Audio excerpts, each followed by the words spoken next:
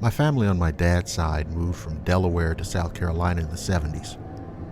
They came through the state of Maryland on the way down. My dad and his brother were behind a good ways in another car, and it was late at night. There were no cars on the road, no houses, no nothing, just miles of road. Now keep in mind that this was in the 70s. That means no cell phones, no OnStar, no GPS, none of the things that make highway travel much easier nowadays. Back then, when you were traveling down an isolated highway, there were all kinds of things that could go wrong with no hope of help or assistance. To coin a phrase, it was a different time. Anyway, as they cruised down the highway, they came upon an old woman with an odd-looking dress on, walking down the side of the road.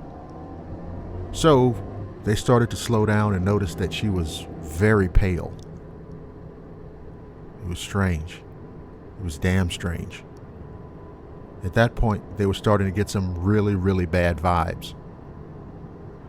Well, as they pulled up next to her, my dad, who was in the passenger seat, said, "Miss, do you need some help?" Now later on, he said that when she turned her head, she looked like something out of the movie The Exorcist. Her pale face was ghastly, and her eyes looked completely black. And worst of all, she made what sounded like a terrible hissing reptilian sound, which, as you might imagine, scared everybody 10 kinds of shitless. My uncle floored it, and he kept that car at around 90 to 100 miles per hour till they were out of Maryland. It's a miracle that there wasn't an accident, or that they weren't stopped by the police.